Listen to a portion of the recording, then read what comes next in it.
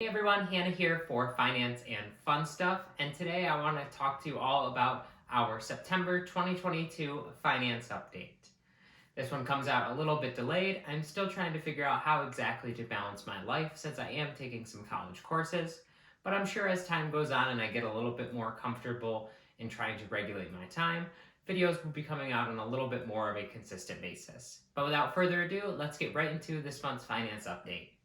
So starting off as always with our investment totals, the total for all of our investment accounts all put together is sitting at $6,991.95.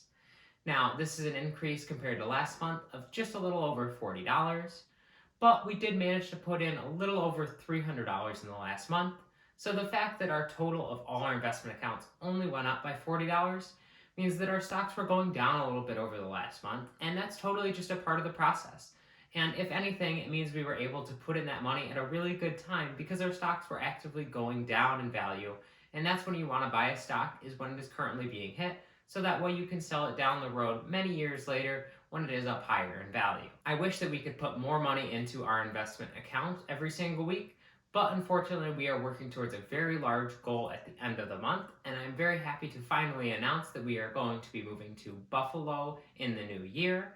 And so that has been the primary thing we are funding in our budget and the thing we are working hardest towards, and you'll see that reflected in these finance updates as the year goes on. So let's go ahead and go right into our spending totals for the month of August.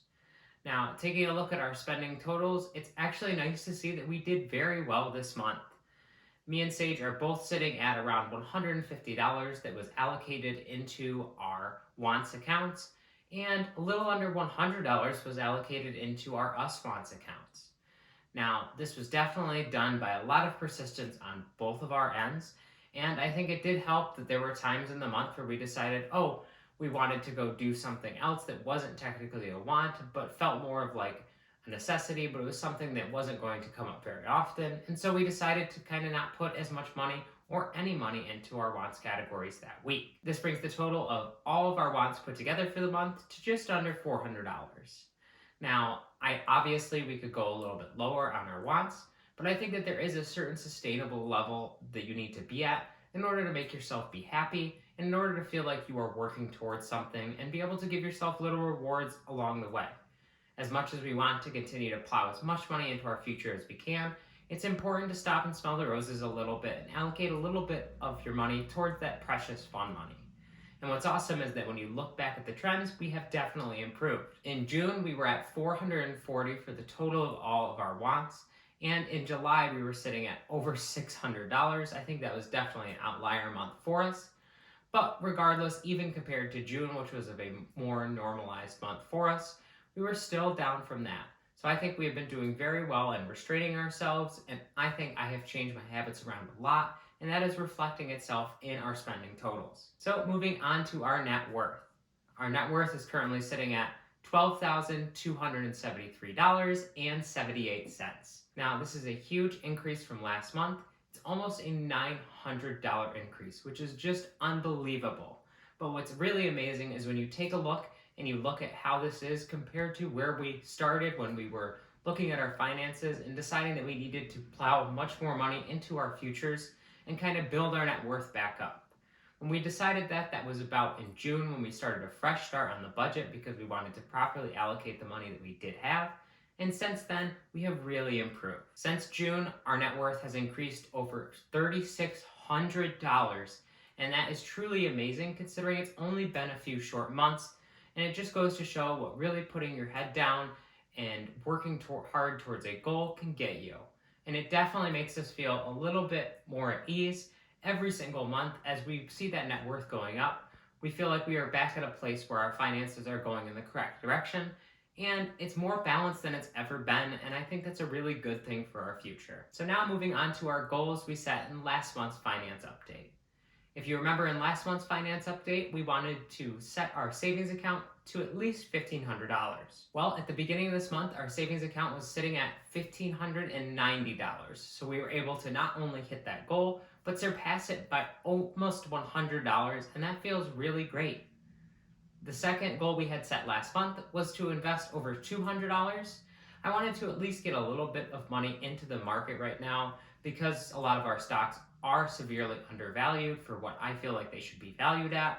And I thought it was a good opportunity to put money in, but I knew we shouldn't completely plow everything in there because we do want to also increase the amount of money in our budget to save towards important things.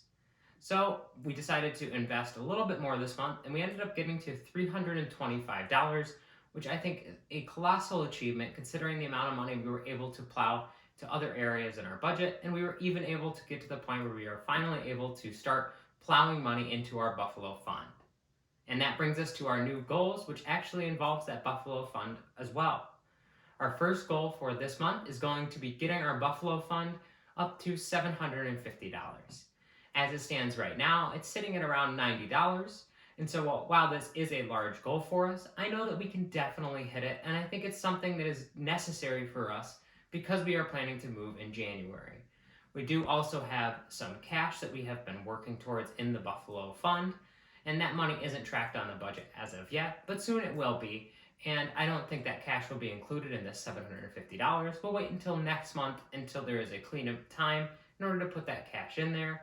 But regardless, we want to make sure we have a good amount of money in both cash and on our bank account in order to weather the storm when we move out to Buffalo. And I think $700 will be a great start this month. Next up, we want to invest $100. I think this is a nice, reasonable goal, and it keeps us in tune with the fact that we want to keep investing.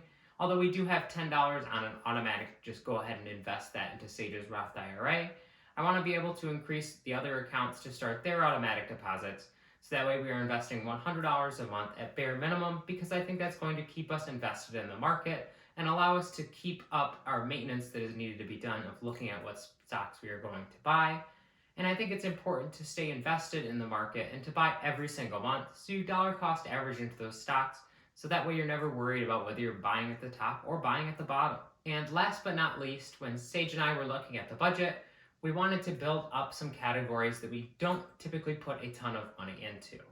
And so we wanted to ensure that we are able to get our entire pet subcategory group up to $200. Right now it's sitting at about $60. So we want to be able to increase this up to $200 so we feel like we have a little bit of leeway so that way if we need to take the cats to the vet, we are able to weather the storm a little bit on that. I think all of these goals are super attainable for us in September, and I'm super excited and happy about the prospect of us being able to not only meet these goals, but hopefully beat them by the end of the month. And if you want to see if we're able to hit these goals by the end of the month, then you're definitely going to want to be subscribed. You can hit that subscribe button and notification bell, and then you'll be alerted every single time I upload a video like these awesome finance updates that we do every single month. As always, if you enjoyed this video, please make sure to give it a like as that really helps this channel grow and spread out to more people. And I would love to hear about how your finances are doing down in the comments section below. I always love hearing about whatever your financial journey is like. Thank you all so much for watching and take care.